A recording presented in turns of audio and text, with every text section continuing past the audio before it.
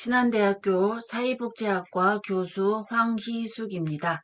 여러분들과 이렇게 만나게 된 것을 기쁘게 생각하고요. 우리 마을 기업에 대한 내용을 준비했습니다. 여러분들과 즐겁게 강의하도록 하겠습니다. 여러분들도 경청해 주시기 바랍니다. 목차에 대한 내용입니다. 첫 번째는 마을 기업이란 어떤 내용인가, 마을 기업에 대한 기초적인 내용을 보고요. 그 다음에 마을 기업의 등장 배경, 지금 현대사회에 와서는 모든 마을의 공동체의 움직임, 또 마을의 문제 또는 그 마을의 역할, 이 마을 단위로 이루어질 수 있는 여러 가지 배경에 대해서 설명을 하도록 할 텐데요. 그만큼 이제는 마을이 중요하다는 그런 전제적인 어, 가치에 대해서 함께 이야기를 나눠보도록 하겠습니다. 그리고 세 번째는 마을 기업의 요건, 어떤 기업의 요건을 갖춰야 마을 기업으로 발돋움할 수 있는지, 그래서 마을 기업의 요건에 대한 부분이고요. 네 번째는 마을 기업이 왜 이 시대에 또 현대사회에서 왜 필요한가, 마을 기업이 왜 중요한가, 마을 기업에 따라서 마을은 어떻게 변화가 되는가, 이러한 내용으로 필요성에 대해서 말씀을 드리도록 하겠습니다. 그 다음에 있는 건 다섯 번째, 마을 기업의 대상 사업들. 마을 기업들이 할 수 있는 가장 기본적인 사업들은 어떤 사업들이 있는지, 그 사업들은 어떻게 해서 발전할 수 있는지, 그러한 내용에 대해서 수업을 하도록 하겠습니다. 여섯 번째는 마을 기업 사례에 대한 부분입니다. 마을 기업에는 어떠한 어떤 지역에서 하는 그런 사업들이 있는지를 살펴보도록 할 거고요. 또 이 마을 기업 사례와 관련해서 해외의 사례는 어떤 것들이 있는지, 아마 해외에서는 더 먼저 이런 마을 기업들이 생성이 됐었을 텐데요. 이런 마을 기업들과 생성된 이유와 관련된 부분들은 어떤 것이고 어떻게 발전되어 갔는지를 살펴보도록 하겠습니다. 그 다음에 성공적인 마을 기업을 위한 조건들은 어떤 조건들이 있는지, 거기에는 필요한 그런 어떤 영향력을 갖춘 것이 있기 때문에 성공할 수 있었다고 볼 수 있는 거죠. 그래서 성공적인 마을 기업을 이루기 위해서는 어떤 조건들이 있어야 되는지, 그리고 여덟 번째는 지역사회 발전을 위한 마을 기업들은 어떤 것들이 있는지 해서 쭉 8가지의 카테고리를 가지고 설명을 하도록 하겠습니다. 자, 먼저 마을 기업이란 무엇인지 설명을 하도록 하겠습니다.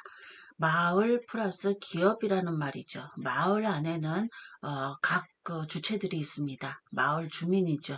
마을 주민은 이 모든 것을 주관하고 또 해결할 수 있는 주체가 되는 것입니다.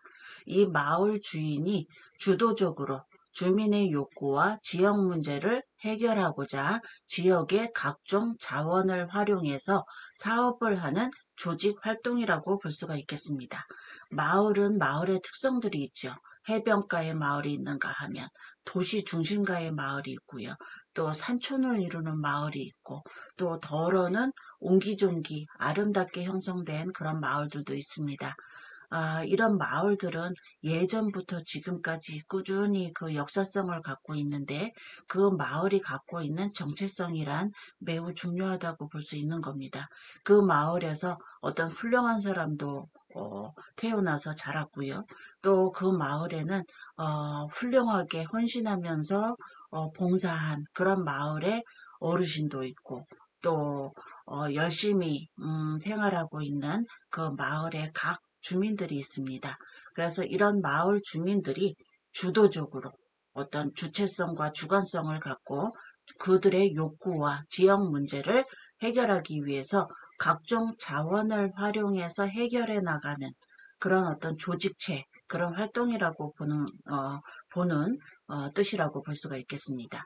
그리고 지역 자원을 활용해서 지역 주민들이 수익을 창출할 수 있는 사업을 진행을 함으로 해서 우리 지역에서 소득과 일자리 창출을 이뤄낼 수 있는 그런 지역 공동체에게 이익을 내는 제도가 마을 기업이라고 볼 수가 있겠습니다. 이러한 마을 기업은 매년에 마을 기업 제도의 전반적인 계획과 또 제도 기반을 마련하는 담당 부처인 행안부의 마을 기업 육성 사업 시행 지침에 따라서 운영을 하고 있습니다. 그러니까 법에 다 근거하고 있다는 내용이죠. 그래서 행안부 내에 담당 부서인 지역 공동체과 마을기업팀, 공동체팀, 성장지원팀에 의해서 근거를 이루는 시행 지침이 다 별도로 나와 있다는 내용이 되겠습니다. 그 다음에는 마을기업 관련 법이 추진 중인데요. 마을기업 육성 지원 법안이라든가 마을기업 육성 및 지원에 관한 법률안이라든가 또 사회적 기업, 협동조합, 또 마을기업 등의 사회적 경제 주체를 포괄적으로 규율하고자 하는 사회적 경제의 기본 법안이 지금 현재 국회에 계류 중이라고 볼 수가 있겠습니다. 이런 그 법이 제정이 되고 있고 추진 과정에 있다는 것은 그만큼 우리 모두가 인식하고 마을 기업에 대한 필요성, 이 배경을 모두 다 느낀다는 부분이 되는 거예요.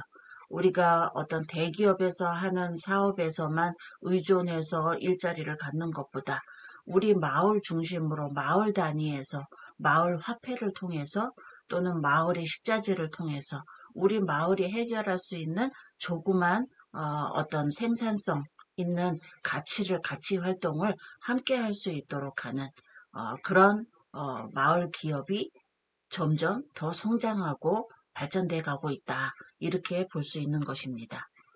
자, 그 다음은 그러면 우리나라의 지역별 마을 기업의 운영 현황은 어떤지 살펴보도록 하겠는데요. 경기도에 175개, 또 전남에 148개, 충남에 127개, 경북에 120개, 또 경남에 118개, 또 강원에 118개, 전북에 104개, 서울에는 97개, 대구에는 82개, 부산에 75개, 광주에 60개, 인천에 60개, 대전에 54개, 울산에 37개, 제주에 32개, 세종시에 24개. 자, 이렇게 쭉 제가 현황에 대한 부분을 말씀을 드렸는데 어떤 생각이 드나요? 경기도에 가장 많다는 것은 우리가 이 표를 보면서 느끼는 부분이라고 볼 수 있죠. 경기도 다음은 전남이고 그 다음이 충남, 경북 이런 순서로 가고 있습니다. 오히려 대도시보다는 진짜 이런 것들이 필요하다. 우리 지역의 특산품을 통해서 또는 우리 지역 주민들이 갖고 있는 이런 장점을 통해서 만들어낼 수가 있다고 생각하는 그런 근거에 의해서 만들어지는 건데 오히려 대도시보다는 이런 그 작은 도시에서 충분히 그런 마을 기업에 대한 근거와 거기에 대한 발전 배경과 이런 것들을 더 습득하는데 빠르다는 그런 내용이 되겠습니다.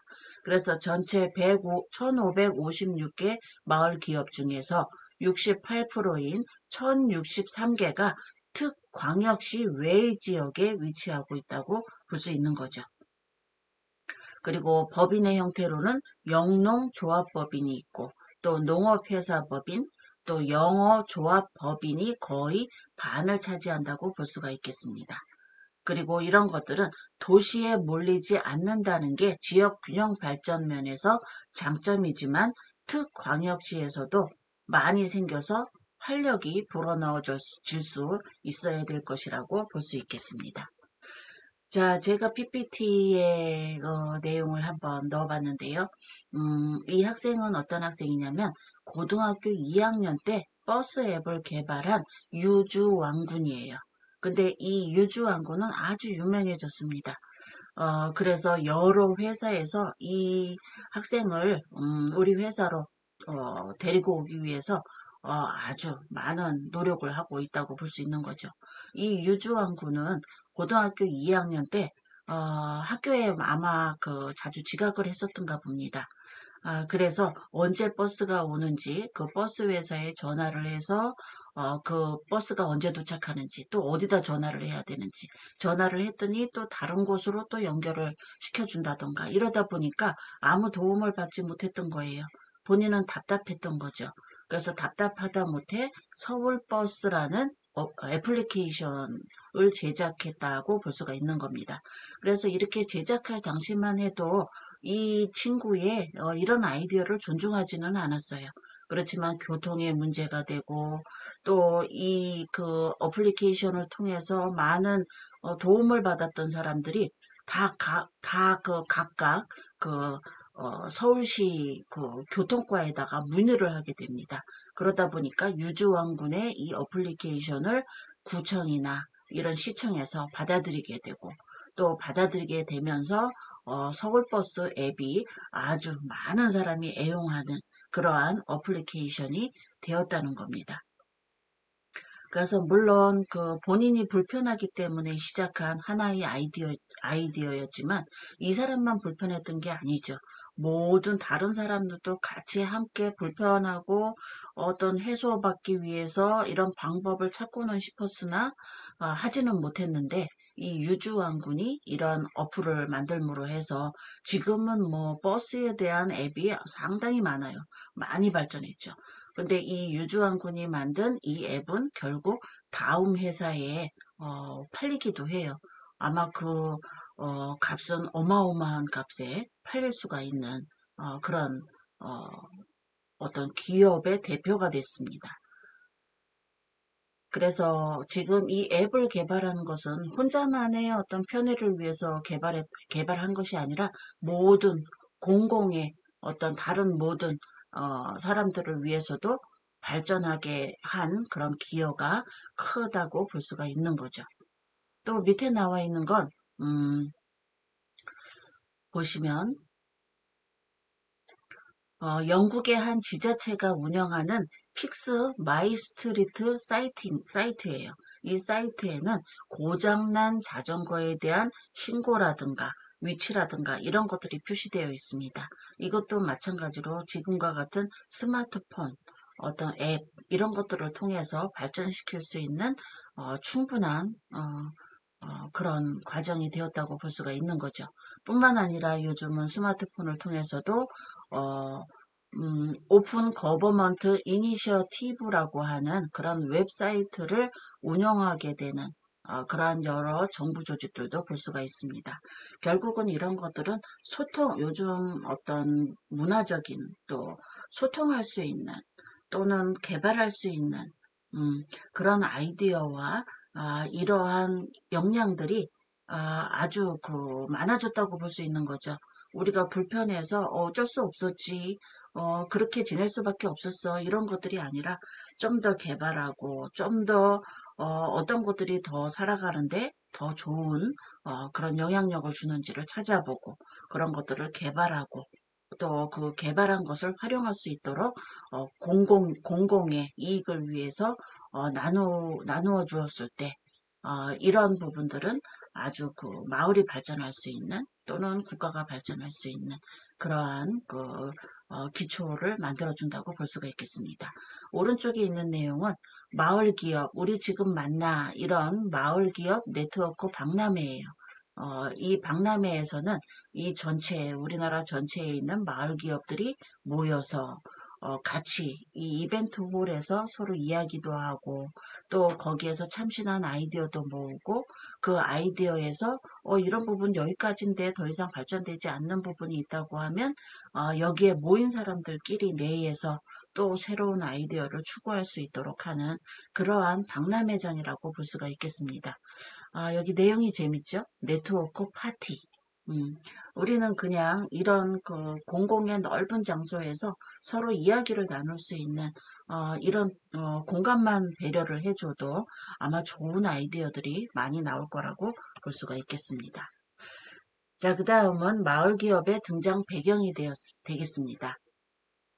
마을 기업의 등장 배경은 산업화와 또는 지역 경제의 기반이 붕괴되면서 어, 기존에 있었던 일자리를 잃게 된다든가 또는 어떤 환경에 의해서 예전과 같은 생활을 하지 못하게 된다든가 또 경제적인 역할을 하게 되지 못한다든가 이런 것들로 인해서 어, 새로워지기 시작했다고 볼 수가 있겠습니다.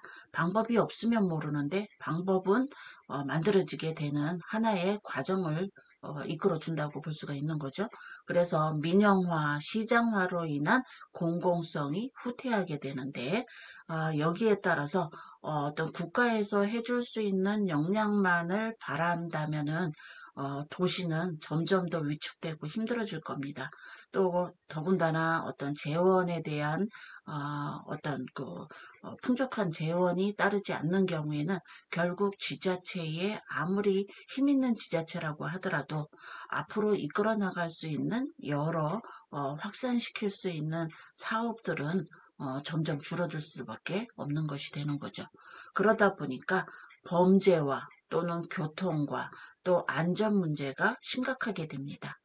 이런 것들은 어떻게 보면 우리 사회에서 규율과 규제와 거기에 따른 공공 질서를 잘 지켜야 되는데 이런 것들이 무너지기 시작하면서 공공성이 후퇴하게 되면서 안전 문제에 심각한 우려를 갖게 된다고 볼 수가 있는 거예요. 그러다 보니까 외환 위기 이후라든가 저출산, 고령화, 또 양극화에 대한 관심이 증가하게 되는 것이 이러한 마을 기업의 등장 배경이 되겠습니다. 이러한 문제들은 개인에게 있어서 나 때문에 이런 것들이 이루어진 거야 하고 말하기에는 부족한 거예요. 커다란 거시적인 안목에서 많은 변화가 있다 보니까 개인은 거기서 환경의 압력을 받을 수밖에 없는 그런 어떤 위축감을 느끼게 될 수밖에 없고 또한 이런 문제를 또 조기에 수습할 수도 없는 그런 상황이 되고 많은 것이 되는 겁니다. 그래서 결국 마을 공동체 해체 및 지역 경제 침체가 발생한다고 볼 수가 있겠습니다. 그래서 사회적 기업 육성법이 2007년에 있었고 이를 계기로 해서 마을 기업이 부각되기 시작했다. 이렇게 볼 수가 있는 것입니다. 그래서 마을 기업의 명칭의 변화는 커뮤니티 비즈니스라고도 하고 또 자립형 지역 공동체 사업이라고 하기도 하고 2011년부터는 마을 기업 이렇게 해서 이러한 사회적인 배경이 된 이러한 문제들이 우리 마을에, 우리 직장에 커다란 더 이상의 문제를 초래하지 않기 위해서라도 우리 마을 공동체원들이 합심 노력해서 우리 마을 기업을 만들어 가자고 하는 그러한 추진 배경이 되겠습니다. 자, 그 다음에 마을 기업의 요건에 대해서 설명을 드리겠습니다. 마을 기업이 되기 위해서는 최소 5인 이상의 지역 주민이 참여한 협동조합의 형태가 이루어져야 됩니다. 그래서 기본적인 요건과 거기에 따른 4가지 요건을 모두 충족해야 되겠습니다. 먼저 이루어져야 될 것은 공동체성이라고 볼 수가 있습니다. 공동체가 주도하고 출자해서 기업을 발휘해야 하고 마을 기업의 모든 회원은 공동체의 일원으로서 마을 기업의 설립과 운영에 참여해야 되고 개인의 이익보다는 마을 기업의 이익을 우선으로 할 수 있는 그런 공동체에 대한 감각이 있어야 되겠습니다. 다음에 있는 건 공공성인데요. 마을 기업은 지역의 문제를 해결하고 마을과 지역사회 전체의 이익을 실현하고 공헌하며 상생하도록 노력해야 되겠고 지역의 일자리 및 또는 소득 창출을 위해서 노력하여야 된다고 볼 수가 있겠습니다.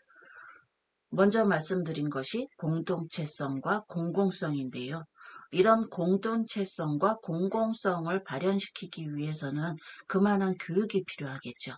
그래서 마을 기업을 이루기 위해서는 가치관 또는 공동체의 공공성을 어떤 무엇보다도 우선할 수 있는 가치관으로 어떤 수준을 높일 수 있는 그러한 교육이 우선 이루어져야 된다고 볼 수가 있겠습니다. 다음에 있는 건 기업성이에요. 물론 공공성만으로 기업을 이룬다는 것은 쉽지 않습니다. 그래서 기업성이라고 볼 수 있는 것은 정부 보조금이 종료된 후에도 자립, 운영할 수 있도록 안정적인 매출과 수익을 올릴 수 있는 구조가 되어야 되겠습니다. 그래서 단순히 공익을 추구하는 비영리 사회단체나 조직은 마을 기업으로는 어, 부족하고 지속 가능해야 하며 시장 경쟁력을 갖춰야 된다고 볼 수가 있겠습니다. 아마 이런 일들은 우리 지자체 내에서도 보조금을 받는 사업의 어떤 사회복지 단체 또 사회복지 기관들이 많이 그 생각을 했었던 부분인데요.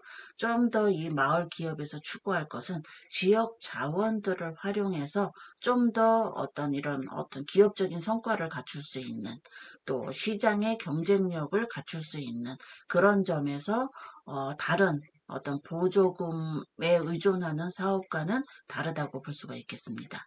그래서 무엇보다도 수익을 창출할 수 있어야 되겠고요. 또 자립적으로 운영할 수 있는 그런 구조를 가질 수 있어야 된다고 볼 수가 있겠습니다. 그 다음에 있는 건 지역성이죠.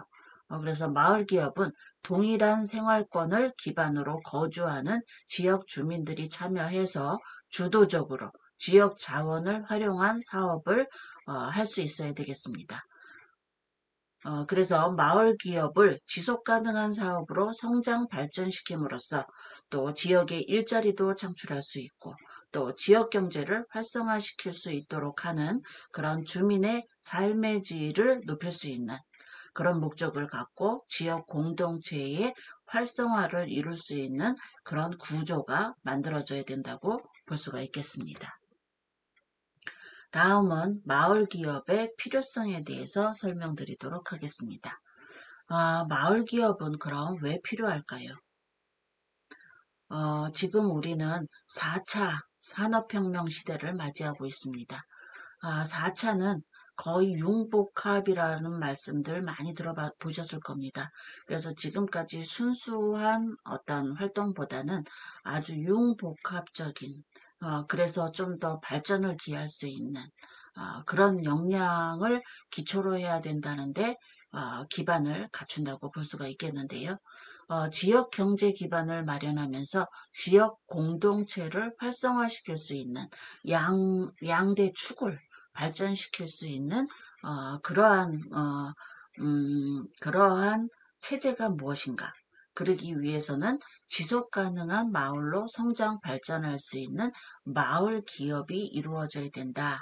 그리고 이런 마을 기업의 사례는 우리나라에서도 사례를 찾아볼 수가 있겠지만 그 이전에 우리보다도 훨씬 더 먼저인 어떤 영국이나 또는 다른 나라에서 이미 마을 기업에 대한 사례들이 있어서 그러한 사례들을 통해서 보았을 때 우리나라에 있어서도 지역 경제를 마련할 수 있도록 하면서 지역 공동체가 활성화될 수 있는 우리 전문 용어로는 거버넌스라고 얘기를 해요. 민과 간이 같이 협력해서 누구든지 참여할 수 있도록 해서 지역 자원을 활성화하고 그리고 그런 것들은 어떤 관의 주도가 아니라 어떤 민과 간이 같이 협력할 수 있는 구조 하에서 같이 이루어 나갈 수 있는 적극적인 행정이 이루어질 수 있도록 하는 것. 그런 어떤 적극적인 행정을 통해서 마을 기업을 이룰 수 있는 그런 마을 기업과 관련된 행정, 마을 기업과 관련된 거버넌스가 필요하다고 볼 수가 있는 것입니다. 보면은 지역 일자리의 변화가 11년부터 17년까지 557%가 상승이 되었습니다. 2011년도에 3,145명이었던 것이 2017년도에 17,438명으로 상승했지요. 지역 일자리가. 그리고 매출의 변화도 있었습니다. 11년에서 17년까지 811%가 상승했다고 이 그 막대 그래프는 보여주고 있습니다.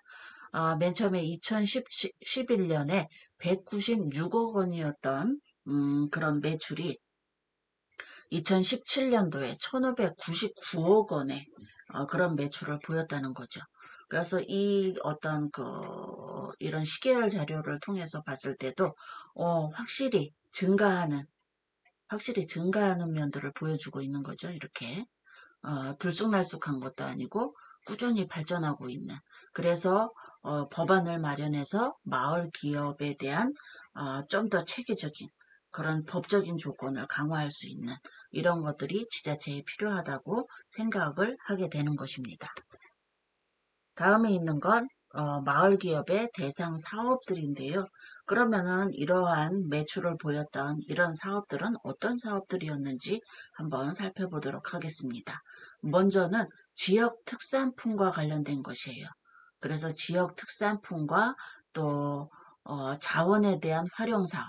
우리 지역에서는 뭐 어떤 채소 또는 어떤 과일 또는 어떤 특산품, 우리 지역만의 특산품이 있기 때문에 그것을 활용하는 사업으로 아마 가장 아, 처음에 구상할 수 있는 가장 어, 먼저 발전한 사업이라고 볼 수가 있겠죠.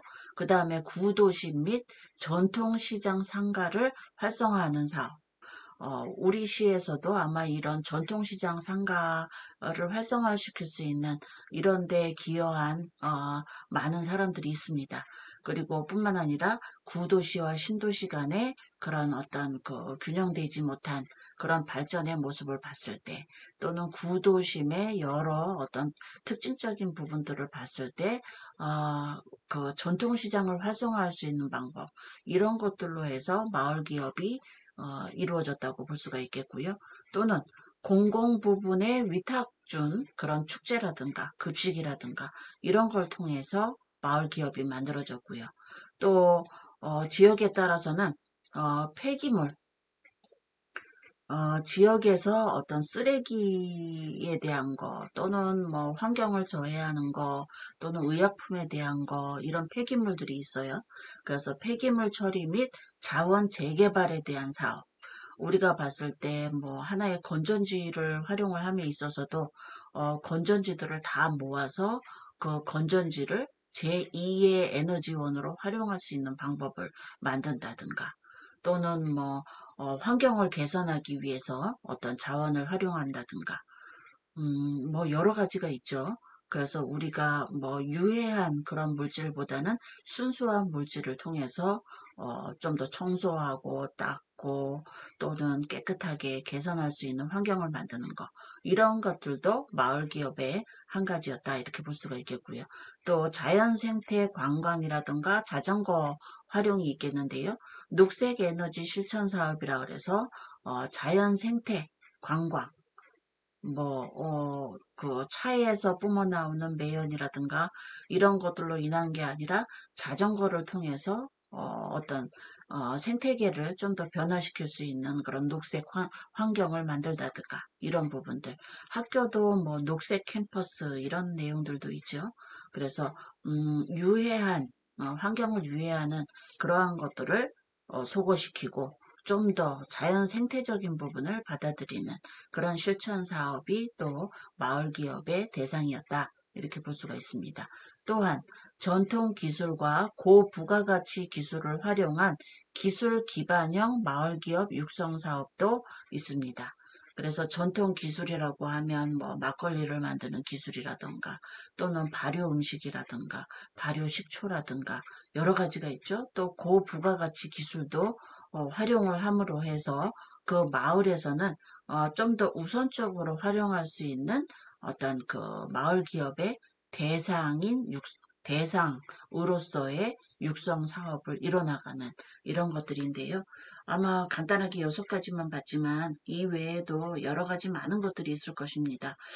뭐라고 그 대상을 확실하게 말할 수는 없어도 지역 발전을 위해서 또는 육아 나눔을 위해서 또는 노인 돌봄을 위해서 이루어질 수 있는 이런 사업들도 얼마든지 가능한 것이라고 볼 수가 있는 거죠.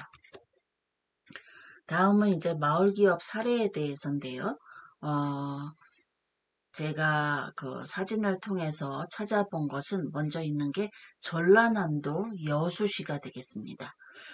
여수시에 있는 농업회사인데요. 이것은 송시 마을에서 이루어낸 그런 기업이라고 볼 수가 있겠는데 2019년 우수사업 기업 경진대회 최우수 영예를 받은 그런 기업이기도 합니다.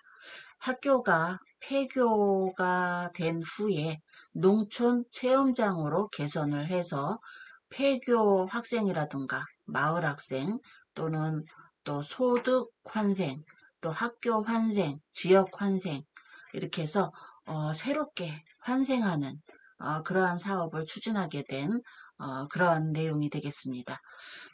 그래서 마을도 환생을 시키고 또 폐교였던 그 학교도 다시 환생을 시키는 어, 제2의 삶을 살게 해준다 그럴까요? 그래서 학교가 환생하게 되는 그런 어떤 사업을 추진하게 되는 내용이 되겠습니다.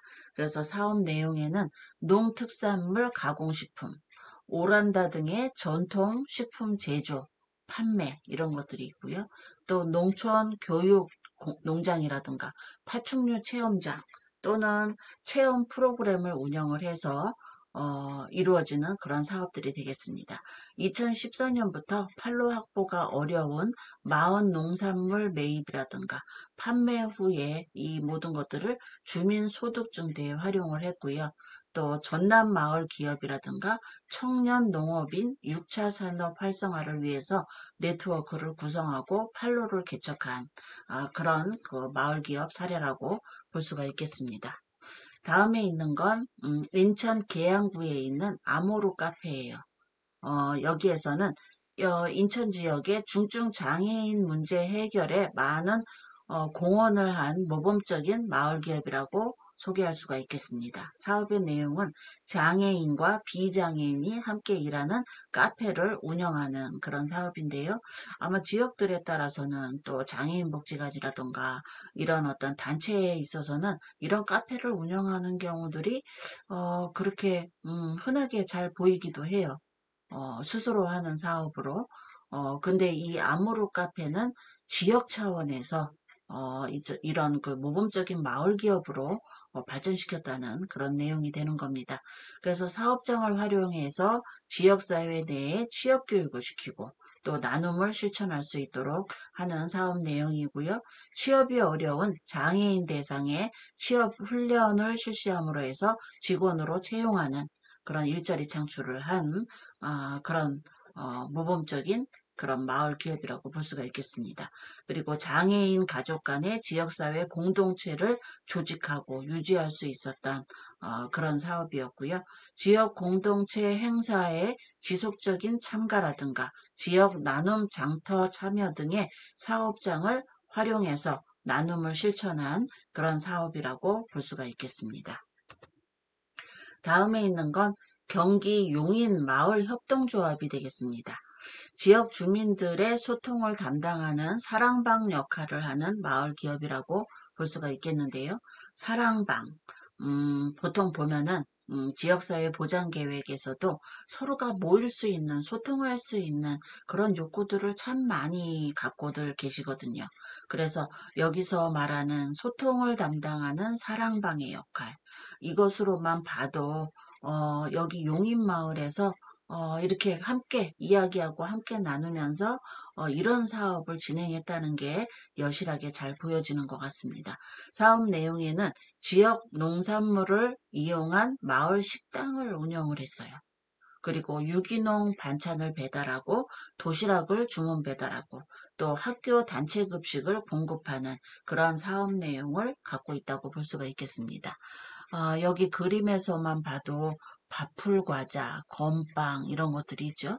그래서 이 용인마을 협동조합에서는 이런 함께 나누고 먹을 수 있는 이런 것들을 만들어서 공급해준 좋은 식자재를 가지고 만들어준 그런 내용이라고 볼 수가 있겠어요.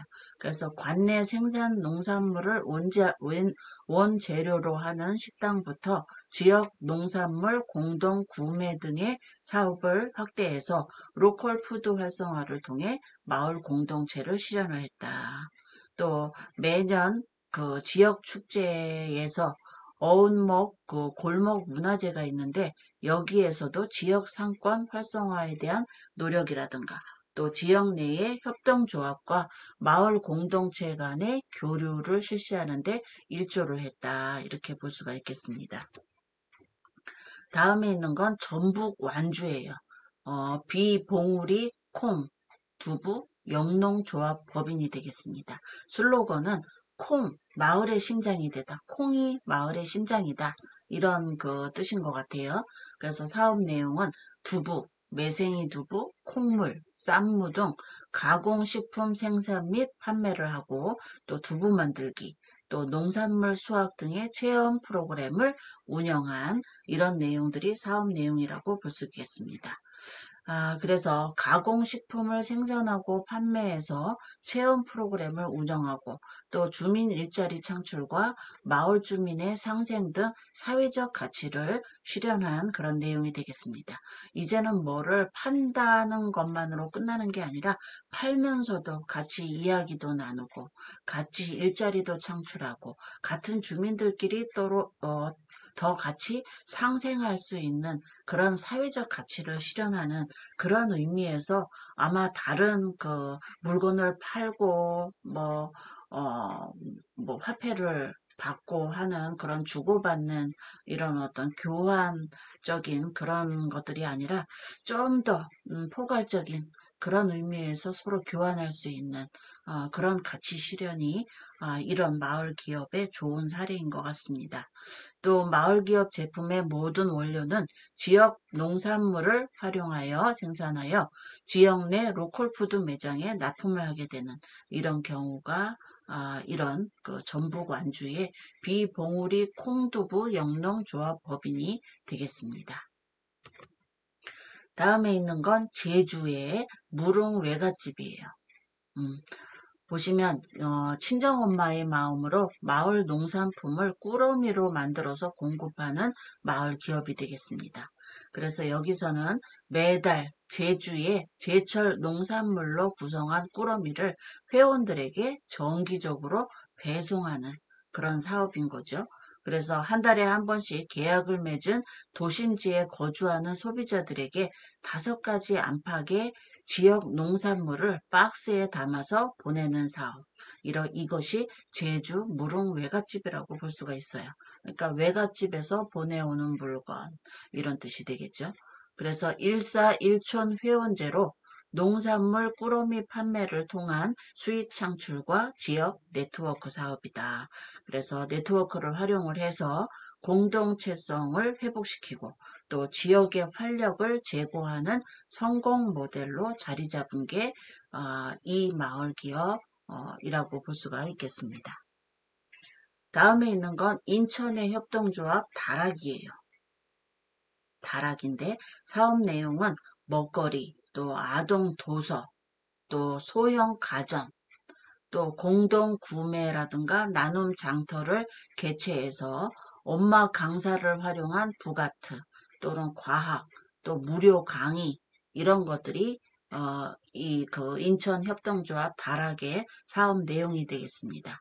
그래서 단절되고 개인주의화된 도시 지역에서 공동 육아라든가 공동 교육이라든가 공동 구매 등의 마을 기업 활동을 통해 공동체성을 회복하고 공유 경제를 실천하는 그런 사업이 되겠죠.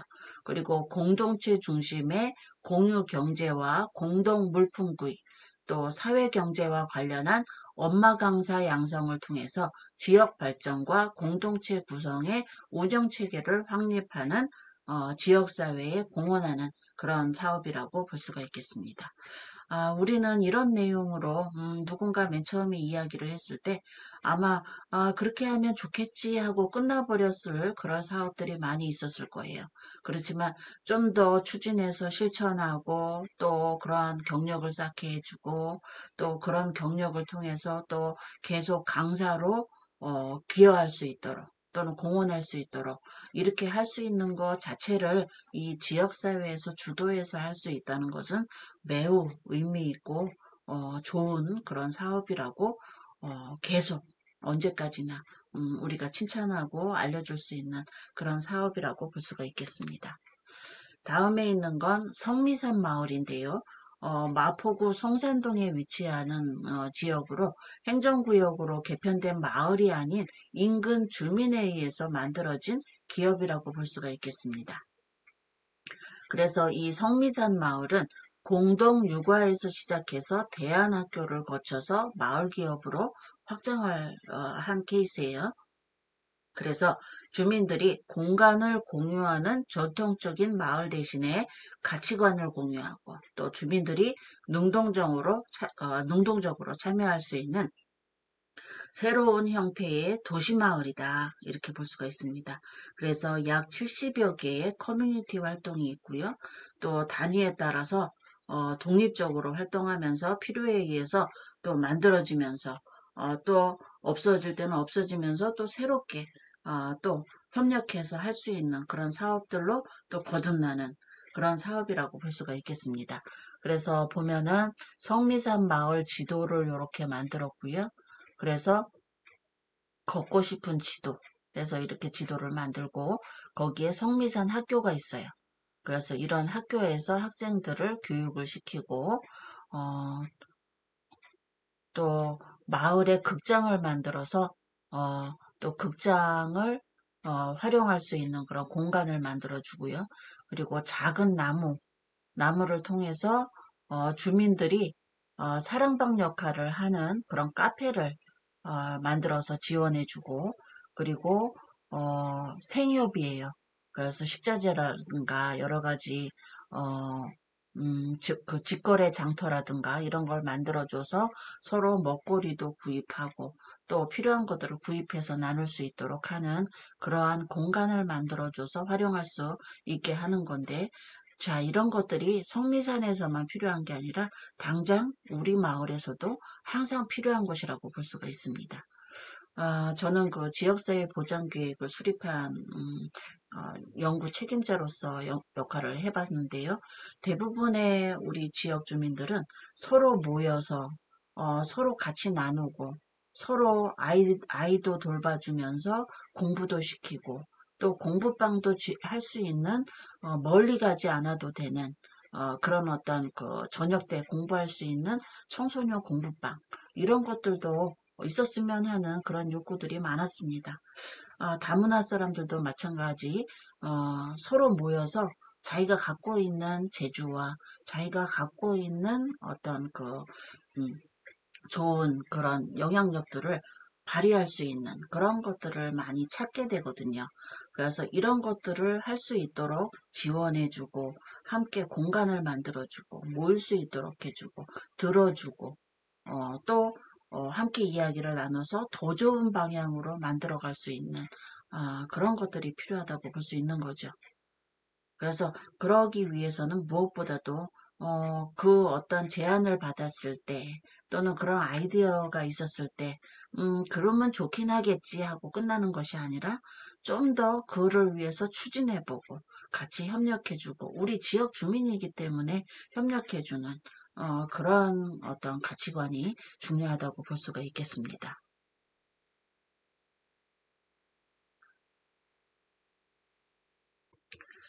다음은 성공적인 마을 기업을 위한 조건이 되겠습니다.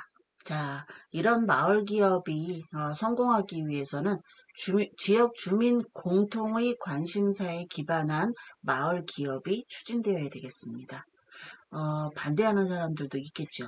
하지만 그러한 그 모든 사람들이 서로 어, 협의할 수 있도록 하는 장이 마련이 돼야 되겠고요. 그래서 그걸 능동적으로 끌어갈 수 있는 그러한 주체가 형성이 되어야 되겠습니다. 그래서 이렇게 그 지역 주민의 공공적인 공통의 관심사를 기반한 마을 기업이 만들어져야 되겠고요. 그 다음에 단기적이고 외형적인 결과보다는 이끌어가는 과정에서 좀 더 사람들의 의견을 존중하고 듣고 소통할 수 있는 그런 과정이 중시돼야 되겠고요. 그리고 최선이 아닌 차선이라도 상호 합의를 통해서 결정을 이루어내야 되겠습니다. 그래서 가장 잘하는 것보다는 가장 무난하게 잘 협조할 수 있는 방향. 그래서 상호 합의를 이룰 수 있는 그런 것들로 천천히 이루어지는 게 더 어떤 보람 있는 일을 만들어 간다고 볼 수가 있는 거죠. 그리고 민관협력을 통한 문제 해결의 역량을 향상시켜야 되겠다. 이 부분은 무엇보다도 그 관에 있는 공무원이라든가 또는 그 기관의 어떤 주체들하고의 협력이죠. 그래서 민관이 서로 허심탄회하게 자주 보고 이야기할 수 있도록 우리 보면 지역사회보장협의체가 있잖아요. 또 실무협의체도 있죠. 그래서 각 동협의체에서도 이런 민관협력을 통한 거버넌스를 이뤄나갈 수 있는 그런 문제 해결의 역량이 향상되어야 된다고 볼 수가 있겠습니다. 또 주민의 조직화라든가 마을 기업가를 육성할 수 있어야 되는 것은 중요하죠. 우리가 아까도 먼저 교육이 우선시 되어야 된다고 말씀을 드렸는데 이런 주민 조직이나 마을 기업가를 육성해 나감으로 해서 또 어떤 자원으로서의 역할을 할 수 있도록 하기 위해서 뭔가 서로 지역사회에서는 주민에게, 주민은 지역사회에게 서로 승승장구할 수 있도록 이끌어 나가는 그런 어떤 마음의 합심 이런 것들이 필요하다고 볼 수가 있는 것입니다. 자, 그 다음엔 지역사회 발전을 위한 마을 기업인데요. 어, 민주적으로 운영되고 공공의 이익이라는 사회적 가치를 추구할 수 있어야 됩니다. 그래서 어, 사회적 기업, 협동조합, 마을 기업은 어떻게 보면 하나 똑같은 거의 동질의 그 구조를 갖는다고 볼 수가 있겠습니다. 그래서 사회적 기업은 취약계층에 대한 일자리라든가 협동조합은 공동 소유로 인한 자율적인 단체로서의 역할이라든가 또 마을 기업은 마을의 소득과 일자리를 창출할 수 있는 그러한 특성들을 서로 다 협력해서 합의를 이룰 수 있는 그런 사회적 가치가 요구된다고 볼 수 있겠습니다. 이것으로 마을 기업에 대한 사례에 대한 저의 강의를 이것으로 마치도록 하겠습니다. 감사합니다. 수고하셨습니다. 이번 시간에는 마을 기업 해외 사례에 대해서 살펴보도록 하겠습니다. 먼저 푸르고 아름다운 도시 만들기로 해서 준비한 게 일본, 또 독일, 또 영국 이런 이제 사례를 가지고 설명을 드리도록 할 텐데요. 먼저 그 관의 영향을 통해서 성공적으로 주민들의 의견을 반영한 그런 일본의 송림공원 만들기라는 운동에 대해서 한번 살펴보도록 하겠습니다. 일본 지바시의 이나게 해변은 과거에 해수욕장으로 유명했다고 해요. 그래서 1940년대에 주변이 공장 용지로 매립이 되면서 1970년대 오유쇼쿠의 영향을 받게 되죠. 그래서 백사장을 되살리고자 하는 주민들의 의견이 일어나게 됩니다. 그래서 이때 백사장에 인접한 곳에 송림공원을 조성하자는 운동이 펼쳐지면서 1대1 구자 1천엔 운동이 일어나게 되죠. 그래서 슬로건은 당신도 참여하지 않으시렵니까? 라고 하는 그런 슬로건 하에 인공해변에 시민이 참여하는 송림 가꾸기 운동이 시작이 됩니다. 근데 이렇게 시작이 되었어도 시민들만의 힘으로는 이루어지기가 힘들겠죠. 그래서 결국 행정기관의 도움을 받게 되면서 아주 모범적인 그런 사례로 만들어진 게 송림공원 만들기 운동이라고 볼 수가 있겠습니다. 다음은 그 공장 녹화 운동인데요. 일본의 기타 큐슈에서부터 만들어진 그런 운동이라고 볼 수가 있습니다. 기타 큐슈시는 녹화 환경 정책을 펼친 그런 환경 산업 도시로 탈바꿈한 그런 도시라고 볼 수 있겠습니다. 이 도시는 향토 숲 가꾸기 운동이라고 하는 그 운동이 전개가 되게 되는데요. 녹지 자체가 이산화탄소의 흡수는 물론 공장의 매연이라든가 분진이라든가 소음 등을 줄이는 공해 여과 장치 기능도 톡톡히 해낼 수 있게 되는 그런 운동이 되어서 도쿄 전력이라든가 간사이 전력이라든가 미쯔비시 중공업이라든가 이런 것들에 일본 대기업이 공장 녹화에 큰 영향을 미치게 됩니다. 그래서 이 마을은 별이 보이는 마을 백경에도 올라와 있는 그런 아주 공기가 맑은 도시라고 볼 수가 있겠습니다. 다음에 있는 건 일본 오사카시의 건축 미관 유도 기준이라고 볼 수 있겠는데요. 말 그대로 기준을 상당히 명확하게 만드는 그런 규정을 채택을 하게 됩니다.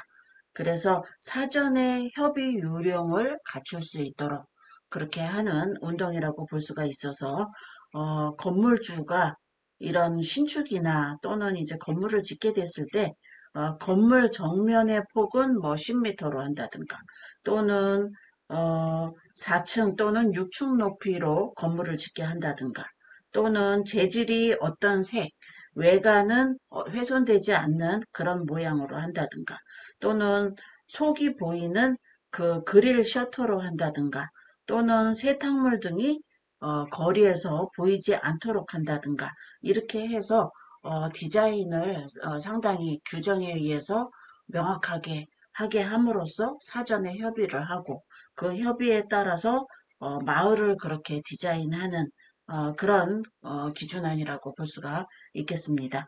그래서 매력 있는 거리로 거듭나게 하면서 고객들도 꾸준히 늘어나게 되고 또 마을의 이익도 좋은 그런 평가를 받게 되는 그런 그 모델이 이 일본 오사카시의 건축 미관 유도 기준이라고 볼 수가 있겠습니다. 다음은 민관 녹화 파트너십에 대한 내용이 되겠는데요. 독일 칼스루시에라는 그런 도시가 있어요.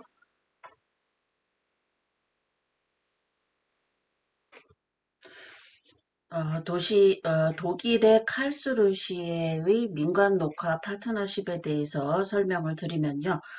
칼스루에는 가로수가 멋진 도시로 아주 유명한 도시입니다. 그래서 1980년에 수목 보호 조례가 만들어지게 돼요.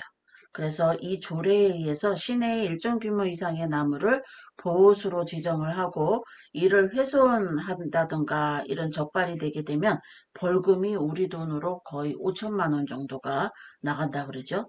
그래서 1987년부터는 수목 대부모제를 실시를 해서 수목에 대한 대부모제는 시민이 시의 가로수나 공원수에 대해 대부모 관계를 맺고 해당 나무를 책임지고 관리하는 제도라고 볼 수가 있습니다.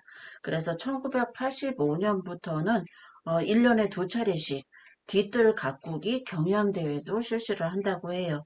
그래서 거기에는 전문가라든가 의회 의원이라든가 시민단체라든가 세입자 협회라든가 건물주 협회 등의 관리자들이 모두 참여해서 평가하는 민관 파트너십의 좋은 사례로 보여진다고 하고 있습니다. 다음은 도심 하천 호수 살리기에 대한 운동인데요. 아마 이런 그 하천 살리기에 대한 부분은 어떤 지자체든지 갖고 있는 과제라고 볼 수가 있겠어요. 마찬가지로 일본에서도 이런 과제를 아주 좋게 해결한 그런 사례들이 있었는데요. 그런 사례들을 한번 살펴보기로 하겠습니다. 일본 도쿄 지역의 하천 살리기 운동에 대해서 살펴보면 어, 주민들은 오염된 하천을 정화하거나 행정당국과 함께 오물 청소 등을 진행하여 하천은 맑은 물로 바뀌었고 친수 공원 조성이 이루어지게 되는 그런 운동입니다. 그래서 도심하천의 호환 공사를 지역 주민과 공무원 노조가 힘을 합쳐서 매년 한두 차례씩 하천에 대한 청소를 진행하는 그런 사업이 되겠는데요. 결국 그 행정당국과 함께 하천에 오물 청소를 하고 거기에 뭐 모래라든가 자갈 등을 넣어서 물을 받아서 넣게 되는 그런 그 활동을 하게 되면서 하천은 맑은 물로 바뀌게 되고 친수공원 조성이 이루어지게 된다는 그런 내용이에요. 마찬가지로 도쿄도 고가네이시에서도 1989년에 노가와라는 도심 하천에 호암공사를 하면서 친수 공간을 조성하게 돼요. 그래서 현재 노가와는 지역 주민과 공무원 노조가 힘을 합쳐서 매년 그 노가와 클린 작전이라는 이름으로 하천 청소를 꾸준히 이어간다고 볼 수가 있겠습니다. 보통 보면 뭐 자원봉사의 힘만 가지고 하천이 정화되는 그런 활동들을 하고는 있는데요.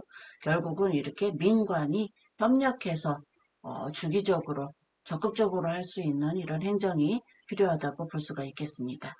그 다음에 있는 건 일본 지바현의 이치가와시 교토 쿠조수 보호구 보존운동이 있겠습니다. 교토구의 근교 녹지특별보호지구는 과거 철새 서식지로 이름 높았던 시나마 지역이 매립되는 과정에서 일부 남은 지역으로 귀중한 자연보호구역이라고 볼 수가 있겠습니다. 그래서 이 지역을 당국의 개발 계획에 맞서서 부단히 쌓아온 시민운동이 결실을 보게 된 그런 운동의 하나라고 볼 수가 있겠어요. 그래서 1986년부터였는데 도요타 재단의 지원금을 받아서 이곳 하천에 수차를 설치해 수질 정화에 성공하게 되는 그런 활동을 하게 되면서 일본 습지 운동의 메카로 유명하다고 이야기하고 있습니다. 다음은 이제 독일 프라이부르크 분투의 드라이잠 하천 살리기 운동에 대한 부분입니다. 분투라고 하는 게 있는데요. 독일 환경자연보호연맹이라고 볼 수가 있어요. 그래서 분투가 드라이잠의 강폭을 넓히고 녹지를 확충하는 드라이잠 생태복원 프로젝트를 추진하고 있는 그런 내용이 되겠습니다. 그래서 목적은 하천의 강폭을 넓히고 자연 친화적인 하천 친수 공간을 조성하기 위한 그런 사업이라고 볼 수가 있어요. 드라이잠 하천은 이 그 숲의 도시 프라이부르크라고 하는 곳에 물의 도시라고 유명한 그런 곳에 있는 그런 그 하천이라고 볼 수가 있습니다. 그래서 이곳에 1만 명의 회원을 지닌 독일의 대표적인 환경단체인 분투가 드라이잠의 강폭을 넓히고 생태복원 프로젝트를 추진하는 그런 내용이라고 볼 수가 있어요. 그래서 하천의 강폭을 넓히고 자연 친화적인 하천 친수 공간을 조성하기 위한 그런 프로젝트의 목적을 잘 실천한 케이스라고 볼 수가 있습니다. 다음은 이제 청정 대한 에너지에 대한 그런 마을 기업에 대한 사례라고 볼 수가 있겠는데요. 먼저 있는 건 자연에너지 추진 시민 포럼의 그린 펀드 모집 운동이 되겠습니다. 여기에서는 자연에너지 추진 시민 포럼 또는 지역 분산형 에너지 사회, 그래서 스스로의 에너지는 스스로 만드는 사회 실현을 위해 93년에 설립된 시민단체라고 해요. 그래서 시민, 기업, 학자 등의 참여를 통해서 에너지 원탁회의를 꾸준히 개최하는 그런 방안을 모색을 했다고 볼 수가 있습니다.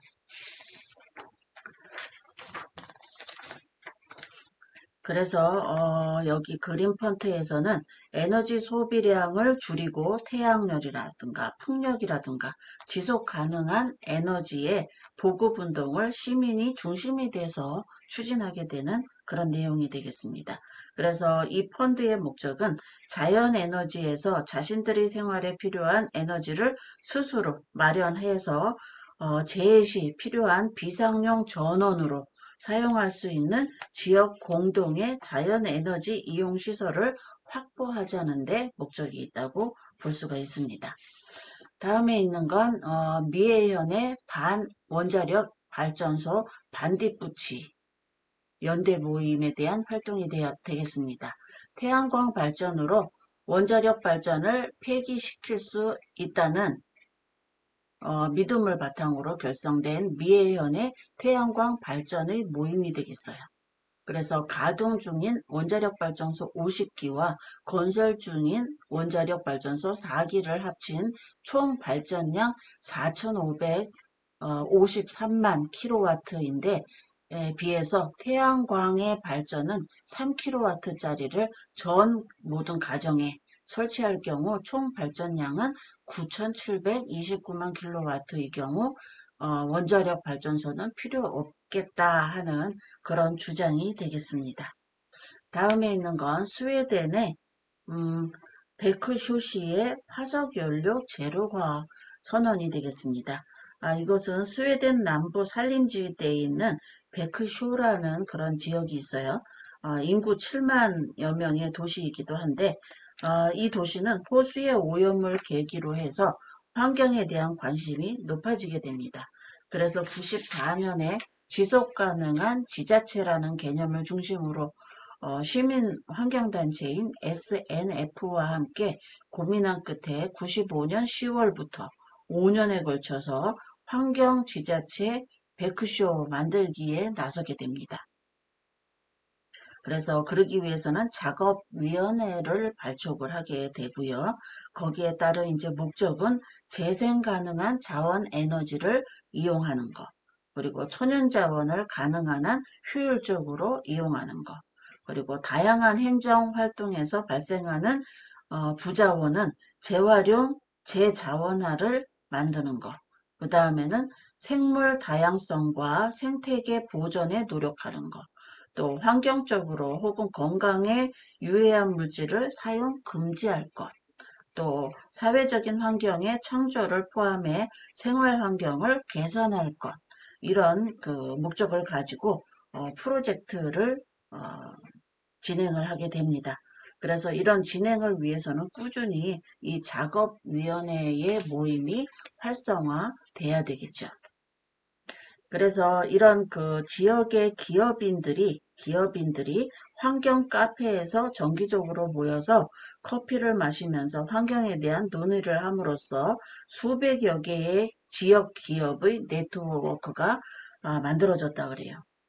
그래서 이런 그 네트워크의 힘을 통해서 화석연료 제로의 선언을 이끌어가게 되는 그런 사례라고 볼 수가 있겠습니다.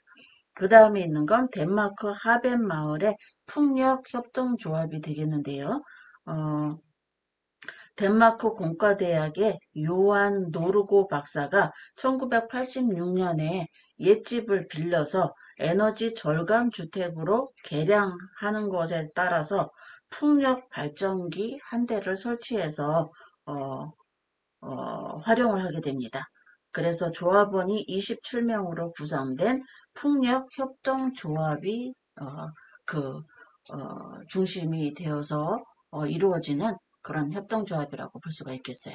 그래서 실제로 풍력 발전은 예상을 크게 웃도는 성적을 보였기에 연간 투자 회수율도 거의 20%에 이르렀고 또 총 비용의 2.5배에 이르는 수익이 발생했다고 합니다. 다음은 이제 지역 부흥과 관련된 지역 부흥 및 산업 일으키기에 관련된 그런 사례가 되겠습니다. 무엇보다도 일본은 그 고베 대지진으로 인해서 상당한 어려움을 겪게 되고 그 어려움을 통해서 이제 복구하고자 하는 그런 그 어려운 과정을 거치게 되겠는데요. 그것과 관련된 부흥 계획이라고 볼 수가 있습니다. 고베 대지진은 도시를 만드는 것은 행정이 아니라 시민이라는 명제를 통해서 일을 마련을 하고 이제 진행을 하게 되는 그런 과정이라고 볼 수가 있습니다. 1996년에 하반기 고베시를 대표하는 기타노 옛 거류지에서 거리를 다음 시대에 다음 세대겠죠. 다음 세대에 넘겨주자는 시민운동이 발생을 하게 됩니다. 그래서 지속가능한 도시를 형성하는데 선조의 삶, 또 역사적인 환경 자산의 계승이 매우 중요하다는 것을 보여주게 되는 그런 그 부흥 계획이라고 볼 수가 있겠습니다.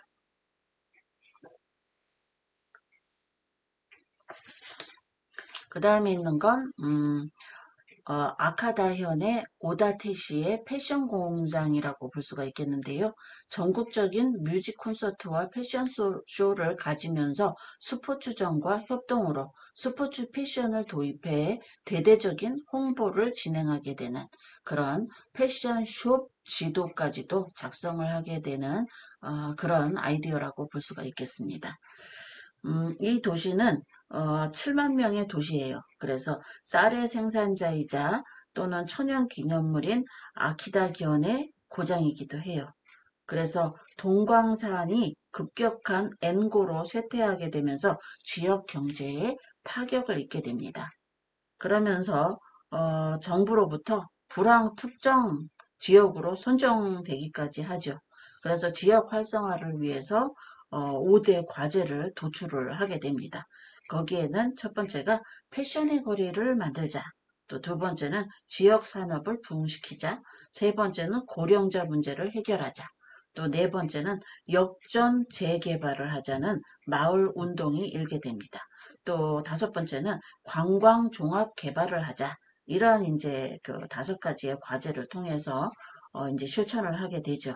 그래서 이 그 도시는 특별히 패션 이벤트가 활성화되면서 전국적인 뮤직 콘서트와 패션쇼를 가지게 되고 또 스포츠점과 협동으로 스포츠 패션을 도입하게 되면서 대대적인 홍보를 피게 됩니다.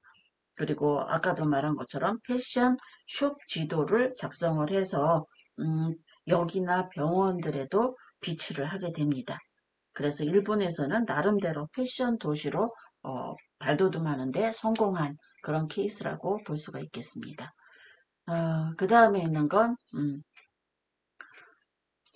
그 미국 뉴욕 사우스 브롱스 지역의 재건 운동인데요. 참 의미가 있는 그런 운동이라고 볼 수가 있겠습니다. 1970년대와 80년대에 걸쳐서 빈곤과 주택의 방치, 또 방화와 폭력에 의해서 뉴욕이 슬럼가가 되게 되죠. 그래서 여러 가지 그 다민족으로 인한 폭력 때문에 그 지역에서는 거기서 복구하는 게 상당히 어려울 수밖에 없었을 겁니다. 그래서 방화와 폭력을 추방하고 거리를 청소하면서 우리 마을은 우리가 구하자 하는 결의를 다지게 되는 재건 운동이 이 운동의 동기가 되겠습니다. 그래서 이 지역에서는 비참한 상황을 직시하게 되면서 이를 개선하고 또 개혁을 거듭해서 도시를 재생시키는 것은 힘없어 보이는 개인과 작은 그룹 등의 볼런티어 활동으로 출발을 하게 됩니다. 그리고 이어서 이들 그룹이 CDC라고 하는 비영리 단체를 형성해서 행정이나 기업과 파트너십을 만들어가게 됩니다. 그래서 공공주택보다도 높은 실적을 올릴 정도로 성공을 하게 되는데요. 주택의 공급뿐 아니라 고령자 돌보기 또는 보육, 또 직업훈련 등의 사회적 서비스에도 좋은 성과를 보이는 사례로 이름나고 있습니다. 그래서 사우스 브롱스 지역은 CDC 조직의 힘으로 15년 뒤에는 완전히 새로운 그런 주거지로 바뀌게 되고요.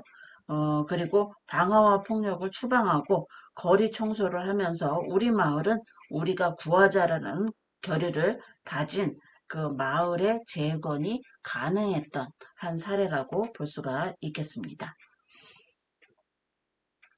그리고 그 일본의 아라마치 공화국이라는 게 있는데요. 이것은 상점가의 부흥을 위해서 독특한 발상으로 그 조합 이사장인 이즈모 고고로씨가 아마라치 공화국을 선언을 하게 되는 그러한 내용이 되겠습니다. 그래서 노인에게 복지 도시락도 배달하고 마을 극장도 건설하고 하면서 상점가를 넘어서 학교, 병원, 공민관 관계자 및 지역 주민들도 참여하는 공화국으로 점차 확산되게 되는 그런 그 형태라고 설명을 해볼 수가 있겠습니다. 그래서 아마라치 공화국은 상점가를 중심으로 한 새로운 지역 활성화, 또 지역 공동체의 모습을 보여줬다. 이렇게 볼 수가 있겠습니다. 다음에 있는 건 지역 정보화에 대한 사례가 되겠습니다. 센다이시의 도서관 증설 운동인데요. 1982년에 센다이 도서관 증설 모임이 발족이 되게 되는데요. 발족하게 되는 원인은 지역에 있어서 도서관이 하나밖에 없는데 더 증설을 해야 된다. 이런 모임이 되겠죠. 근데 그 모임이 좀 더 다양하고 명확하게 설득할 수 있는 그런 조건이 따르기 위해서 여러 가지 책자를 만들게 되고 또 거기에 대한 여러 가지 모임을 만들고 도서관 정비 기본 계획을 공표하게 됩니다. 그러면서 꿈이 가득한 우리들의 도서관 만들기라는 책자도 펴내게 되고요. 그래서 샌다이 시는 1999년부터 1구 1도서관 원칙에 따라서 5개의 구도서관, 5개의 분관, 또 13개의 분실을 만드는 계획을 추진하게 되었다고 볼 수가 있습니다. 그래서 이런 1996년부터는 샌다이시의 전체 초등학교 185개 교회 75개의 학교 도서관 사무원이 파견될 수 있는 그런 모임의 역할도 할 수 있었다고 볼 수가 있겠습니다. 다음은 그 PC마을 만들기에 대한 내용이 되겠습니다. 아, 후쿠야마시의 야마다초는 후쿠야마시의 중심부에서 차로 1시간 정도 걸리는 아주 산골 마을이에요. 인구도 2,000명밖에 안 되는 그런 마을입니다. 그래서 이 마을이 95년에 각 가정에 컴퓨터를 설치해서 전뇌 입촌을 지향한다고 하는 독특한 시도로 유명해진 도시라고 볼 수가 있겠습니다. 그래서 마을의 정보화가 추진되게 된 과정은 인구가 점차 감소하는 마을을 활성화시킬까 하는 위기감에서부터 시작이 됐고요. 이런 그 지역에 대한 애착, 또 도시로 유출된 젊은이들을 마을로 돌아오게 하는 계기로 작용하기 위해서 이런 운동을 하게 된다고 볼 수가 있겠습니다. 그래서 어, 이런 산중에도 정보사회의 기반이 정비돼 있다면 인터넷으로 세계와의 교류 등이 가능하고 주민의 시야도 넓어질 것이라고 볼 수가 있겠죠. 그래서 이 지역에 대한 애착을 높이고 도시로 나간 젊은이들이 마을로 오게 되고 또는 정보센터를 통해서 화상 편집, 또 전자우편, 홈페이지 만들기, 또 강습회 같은 걸 통해서 야마다촌을 적극 응원하는 모임이라는 후원단체도 만들어지면서 더욱 이 마을이 정보화를 지원하게 되는 그런 마을이 되었다고 볼 수가 있겠습니다.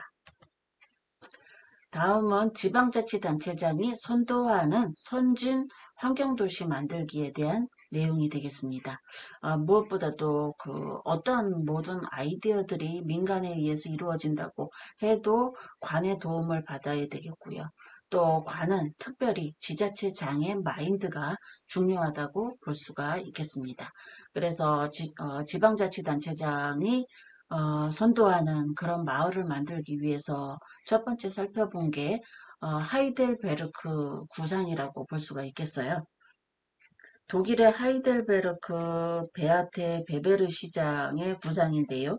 인구가 14만 명인 독일 하이델베르크시의 베베르 시장은 1990년 이 도시를 자동차 우선 도시에서 자전거 천국으로 변화를 시키게 됩니다. 그러면서 대화의 도시로 만들어가기 시작하죠.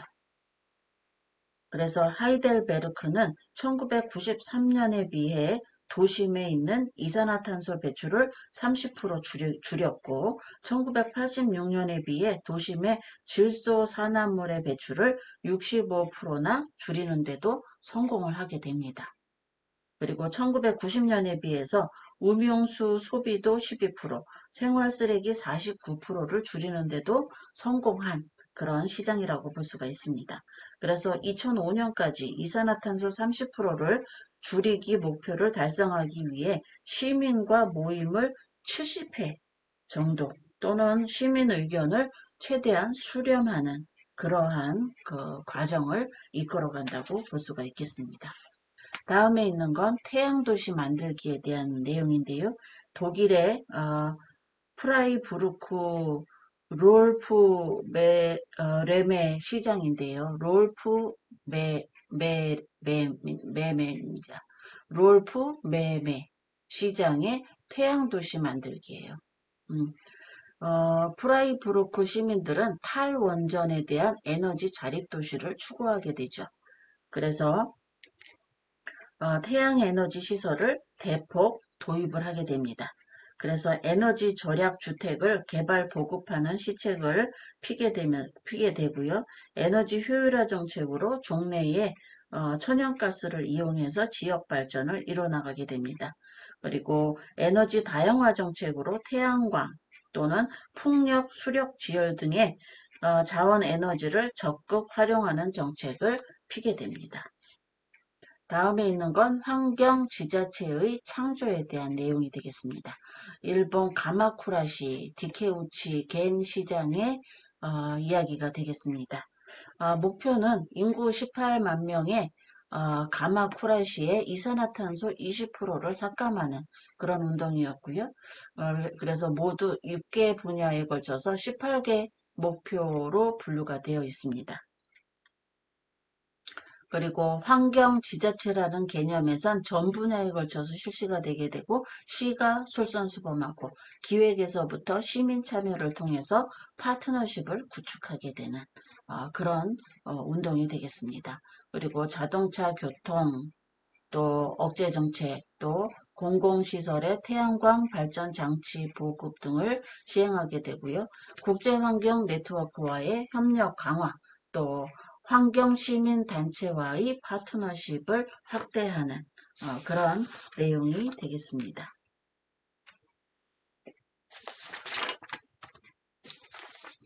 다음은 생태 공동체에 관련된 그런 마을기업 해외 사례가 되겠는데요. 여기에는 그 일본 도쿄 미도리마치의 함께 짓는 아파트가 이제 여기에 속하는 사례라고 볼 수가 있겠습니다. 이것은 그 함께 짓는 아파트 아마 여러분들이 보기에도 아파트를 어떻게 변형을 했을까? 아파트를 어떤 주민들의 욕구에 따라서 재창조할 수 있을까? 이렇게 생각을 해볼 수가 있겠는데요. 미도리마치 단지는 주민들이 함께 만든 아파트입니다. 창조적 주거 만들기 마을인데요. 여기에는 모여서 사는 즐거움을 알고 있습니까? 라는 슬로건을 갖고 있어요. 그래서 여기에 의해서 교수 또는 전문가 이런 그 관련된 전문가들이 적극적인 참여가 있었기 때문에 성공할 수 있었다고 볼 수가 있겠습니다. 1986년에 임대주택의 재건축 사업에 주민들의 뜻을 모아서 대책위원회를 구성하게 되고 자체적으로 재건축 계획안을 내서 창조적인 주거단지를 만드는 데 성공을 하게 됩니다. 여기에 있어서의 공동주택의 기본적인 특징은 실비로 건설하고 또 입주자 각각의 가족 구성원이나 취향에 맞는 공간 설계가 가능하고 또 결함 없는 안전한 주택을 만들 수 있도록 하고 또 모두가 모일 수 있는 광장이나 공동시설도 만들 수 있도록 하면서 입주 전부터 입주민까지 서로 알게 되면서 공동생활 의식은 물론 새로운 지역사회가 형성되었다는 그런 특징들을 볼 수가 있습니다. 그래서 노인들도 소외시키지 않으면서 집을 소유가 아닌 이용의 개념으로 보게 되는 그런 관점에서 참 놀라운 그런 계획이라고 볼 수가 있는 거죠. 그래서 함께 사는 기쁨을 누리도록 아파트 단지를 조성한다는 그런 특징입니다. 그리고 이런 그 아파트는 다른 지역 주민들에게도 개방적인 단지로 다가가면서 아파트 단지 조성의 모범 사례로도 손색이 없다고 볼 수가 있겠어요. 그래서 아파트의 입주 주민이자 건축사인 전문가가 볼런티어 정신을 갖고 적극 참여했기 때문에 가능했던 운동이었다. 이렇게 볼 수가 있습니다. 다음은 독일 프라이부르크의 보봉 주거단지가 되겠습니다. 이 단지는 11여만 평 규모의 생태마을이에요. 그래서 주제별로 소모임을 만들어서 매주 토론을 하게 되고 주된 에너지원을 태양열로 채택을 하고 자동차로 인한 대기오염 배출을 줄이고 쓰레기 발생량과 물 소비량을 최소화해서 생태 순환의 고리를 끊는 콘크리트를 사용하지 않는다는 원칙을 갖고 있습니다. 그래서 이웃과의 친화를 중시하면서 공공의 공간을 최대한 넓히고자 하는 그러한 뜻을 갖고 있어요. 모든 것들의 기본에는 아마 이런 공공의 공간을 확보하는 그런 노력이 우선적으로 이루어져야 될 것입니다. 다음에 있는 건 호주 크리스털 워터스의 퍼머컬처라고 볼 수가 있겠습니다. 호주의 퀸즐랜드주에 자리 잡은 대표적인 생태 마을인데요. 크리스털 워터스라고 하는 사람은 1988년에 세워진 세계 최초의 계획적인 생태 공동체로 알려진 그런 것인데요. 생태 마을이 크리스털 워터스예요. 그래서 이 마을은 1988년에 세워진 세계 최초의 계획적인 생태 공동체라고 볼 수가 있겠습니다. 그래서 퍼머컬처라는 것은 퍼머먼트하고 에그리컬처를 합쳐서 지속 가능한 농업이란 개념을 중시하는 그런 특성을 갖고 있죠. 그래서 이 마을은 자연과 인간의 공생을 추구하고 있습니다. 그래서 이곳의 집들은 흙지붕을 올려서 시원하게 하고 유리창을 최대한 집 안으로 끌어들이는 구조로 설계를 한다고 그래요.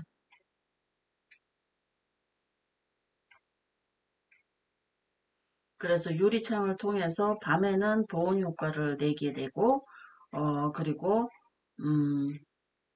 태양열을 통해서 에너지를 받게 되는 그러한 구조로 설계가 됩니다. 그리고 화장실도 내부가 3중으로 된 커다란 탱크 형태의 복합 화장실로 이런 지렁이라든가 박테리아를 통해서 자연 분해가 되도록 고안을 했고, 그리고 밭에 있는 거름으로 활용하는 리사이클 시스템으로 구축이 되어 있다고 해요. 그래서 여기에서 주민들은 매년 대표도 뽑고 대표를 중심으로 마을을 운영한다고 볼 수가 있습니다. 다음에 있는 건 스코틀랜드의 핀드혼 공동체 영성 운동이라고 볼 수가 있겠는데요. 말 그대로 방문객들도 찾아와서 인성이라든가 또는 영적 수련을 받는 곳이라고 볼 수가 있겠습니다. 그래서 자연과의 협력이라는 연속선상에서 에코빌리지 프로젝트의 개발에 참여를 하고요. 자연과의 협력, 또 공동의 창조가 핀드혼 재단의 주요 목표라고 볼 수가 있습니다. 그래서 이런 공동체는 영적인 공동체 생활, 그리고 자연의 부활과 인간과 자연 사이에 일어날 수 있는 교감의 부활 등에 대해서 주목하는 그런 마을이라고 볼 수가 있겠습니다. 그리고 이 마을에서는 채소 농장과 허브 농장이 있는데 유기농법을 철저히 따르고 있어서 식물과 그 안에 내재한 신성과의 의식적 교감을 발전시키면서 생태와 영성의 일치를 지향하는 그런 운동이라고 볼 수가 있겠습니다. 다음은 이제 그 외에 지속 가능한 마을 만들기에 있어서 또 이제 어떤 그런 사례가 있는지 한번 묶어본 그런 내용들인데요. 일본 기타 큐슈의 리노베이션 마을 만들기가 아주 체계적으로 많은 책자에 실려 있는 것을 볼 수가 있습니다. 여기에 따른 그 리노베이션 마을이 만들어지게 된 문제를 한번 인식을 해보면 일본의 마을 기업은 호소우치 노부타카라고 하는 사람이 처음 마을 기업을 만들게 됩니다. 그래서 커뮤니티를 활용해서 보유하고 있는 노동력과 원자력 또 기술 자원을 통해서 비즈니스 모델을 만들게 되고요. 그리고 마을 공동체를 육성하게 되는 그러한 사례라고 볼 수가 있습니다. 그래서 기타 큐슈에서 지역 활성화와 재생 등을 위해서 진행된 리노베이션 마을 만들기는 어, 이 기타 큐슈 후쿠오카 동북부에 위치한 공업 도시인 이 도시가 점점 쇠퇴하게 되면서 인구도 줄어들게 되었어요. 그래서 지역 인구가 줄어들게 되면서 그 지역 살리기에 대한 그런 운동이 일어나게 되죠. 그래서 이러한 문제점을 해결하기 위해서 기타 큐슈시는 음, 도시재생 프로젝트를 이루어가게 됩니다. 그래서 기타 큐슈시의 유후 부동산, 뭐 빈집이라든가 낡은 집이라든가 이런 집들을 사업 구상을 하게 되죠. 그래서 기타 큐슈 지역의 빈집이나 상가를 이용해서 신규 사업들을 구상하게 되는데 이런 사업에는 야몰이라는 그 회사의 도움을 받게 돼요. 그래서 야모리 회사의 형태로 설립을 지원받게 되고 지역의 인구를 증가시키면서 경제를 활성화시키게 되는 그리고 일자리를 창출하게 되는 그런 그 리노베이션 마을을 살펴볼 수가 있겠습니다. 이렇게 만들기 위해서는 위원회를 당연히 만들 수밖에 없죠. 그리고 정책을 입법을 추진을 하게 되고 그리고 그 추진 협의회를 통해서 지역의 대학생과 수강생들에게 리노베이션 스쿨을 통해서 4일 동안 지도하고 이 과정 중에 있는 그 부동산 소유자와 연계해서 사업을 구상하고 공개 제안하는 그런 형태라고 볼 수가 있습니다. 그리고 이러한 리노베이션 사업을 통해서 자동차 관련 산업이라든가 환경 개선 또는 여기에 따른 활성화시킬 수 있는 재활용 산업 이런 것들을 통해서 육성을 시키기도 하고요. 또 관광 산업의 프로젝트를 진행하기도 하게 됩니다. 그래서 여기에서 보면 결국 이와 같은 정책이 있었고 또 이런 리노베이션 스쿨을 통한 수단이 있었고 또 추진 협의회와 같은 중간 시행 조직을 성공적으로 창출하게 되는 같이 협력하게 되는 그런 형태를 찾아볼 수가 있고요. 그리고 이런 공동화 문제를 무엇보다도 해결해 나가는데 또 다른 힘을 보여준 그런 예라고 볼 수가 있겠습니다. 그 다음에 영국의 토드 네스의 전암 마을을 한번 볼 수가 있겠는데요. 이 마을은 1986년에 시작된 광우병으로 인해서 먹거리 공급에 문제가 생기자 마을에서 친환경적인 삶으로 전환하기 위해서 이런 문제를 해결해 나가는 그런 내용이라고 볼 수가 있습니다. 그래서 이 그 토트네스의 도시는 인구 8,500명 정도의 작은 마을이에요. 그래서 이 작은 마을이 친환경적인 삶으로 전환하는 그런 마을 운동을 대표하는 사례였다고 볼 수가 있습니다. 그래서 대표하기 위해서는 먹거리에 대해 파생된 문제의식을 해결을 하게 되고요. 생활 전반에 걸쳐서 영향을 미치고 있는 글로벌한 자본주의적 현대 소비 패턴을 바꿔서 어떻게 생산된 제품인지에 초점을 맞춘 친환경 지역 생산물 소비로 전환하는 데 중점을 이루게 됩니다. 그리고 토트네스 마을에서는 지역 화폐를 이용해서 지역에서 생산되는 친환경 식품이라든가 가공품을 구매할 수도 있게 추진이 되었다고 해요. 그래서 결국 마을 화폐를 유통시키는데 아주 좋은 영향력을 발휘한 그런 마을 운동이었다고 볼 수가 있습니다. 그 다음에 있는 건 미국 시애틀의 마을 매칭 펀드가 되겠는데요.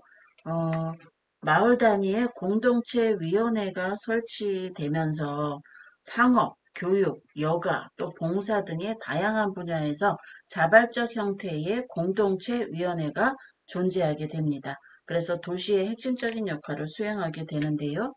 어, 이 마을의 공동체 구성원들에 의해서 마을의 정체성과 또 발전 방안을 결정하는 구조를 갖춰나가게 됩니다.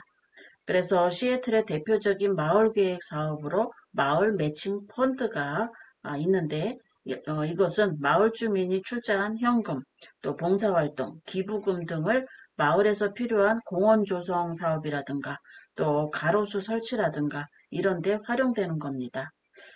그래서 이때 중요한 것은 마을별로 코디네이터가 존재해서 이 코디네이터는 보다 나은 환경 조성 등을 위해서 해당 사업의 가치를 설명하고 또 사업을 추진하는 등의 성공적인 사업 추진을 위한 결정적인 역할을 할 수 있었다고 볼 수가 있습니다. 이렇게 이제 쭉 해외 사례에 대해서 설명을 해봤는데요.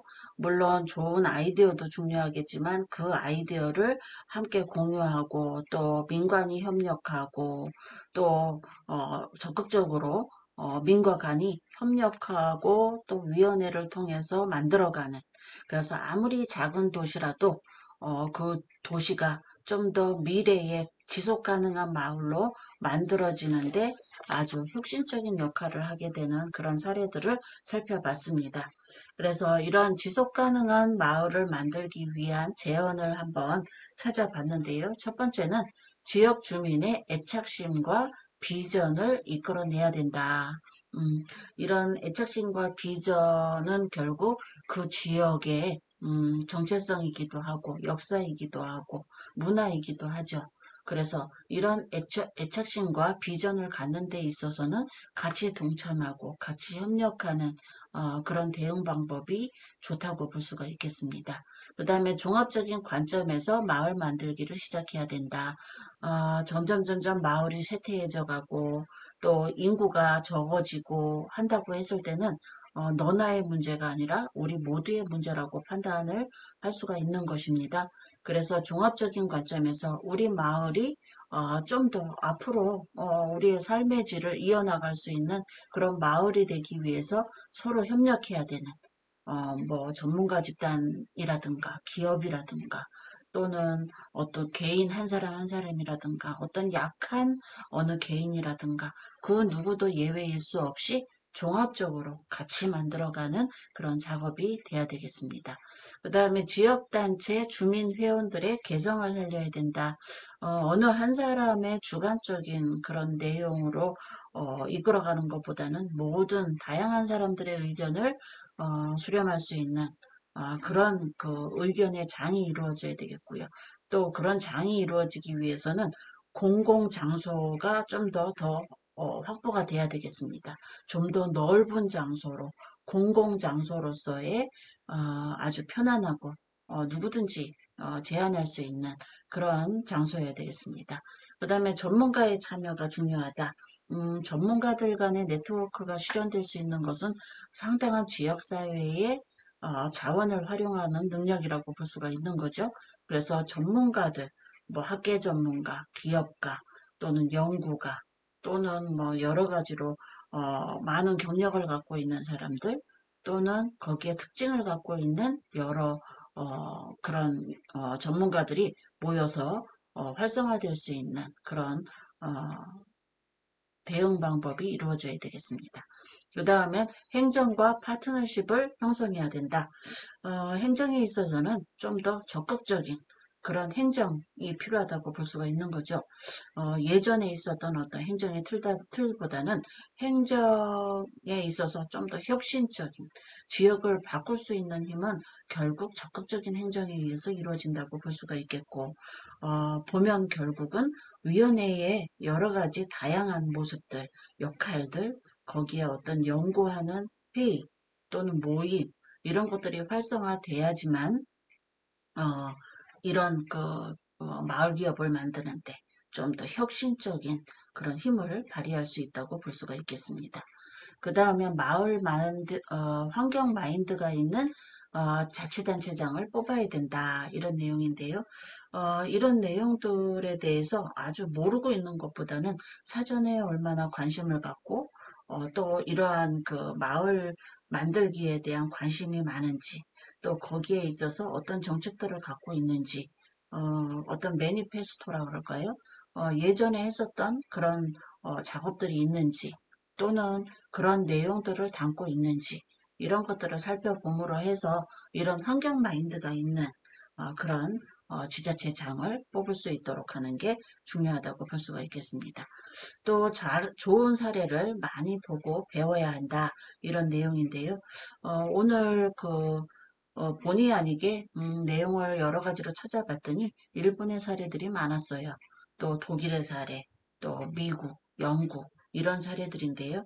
보통 보면 이제 노인 일자리, 청년 일자리 이런 거에 대한 사례들이 있었는데 제가 살펴본 내용들은 도시를 좀 더 어떻게 재생하고 발전시키고 특화할 수 있는 그런 부분으로 담다 보니까 가장 어려웠던 지역들, 가장 어려웠던 국가에서 해결해낸 어떤 사례들, 그런 것들을 담다 보니까 사례가 이렇게 모여졌습니다.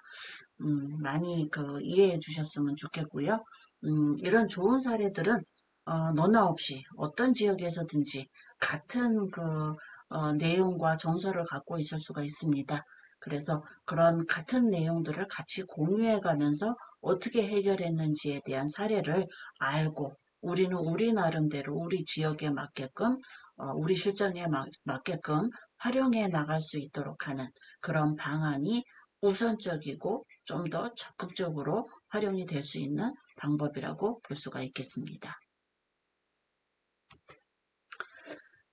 이렇게 마을 기업 해외 사례에 대해서 쭉 설명을 드렸습니다.